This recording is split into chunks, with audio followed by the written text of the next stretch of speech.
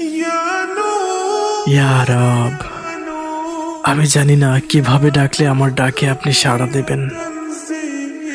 আমি জানি না কিভাবে চাইলে আমার চাওয়া পূরণ করবেন। আমি জানি না কিভাবে হাত ওঠালে আমার হাত ভরে দেবেন। আমি জানি না কিভাবে দোয়া করলে আমার দোয়া কবুল করবেন। কিন্তু আপনি তো আপনার গুনাহগার বান্দার অন্তরের খবর জানেন। ইয়া রব, আপনি তো পুরো অন্তরটাই দেখেন, এবং আপনিই তো বলেছেন, তোমরা আমাকে ডাকো, আমি তোমাদের ডাকে সাড়া দেব। তোমরা আমার কাছে চাও, আমি তোমাদের চাওয়া পূরণ করব। আপনিই তো বলেছেন, খালি হাতে ফিরিয়ে দিতে আপনি লজ্জা বোধ করেন।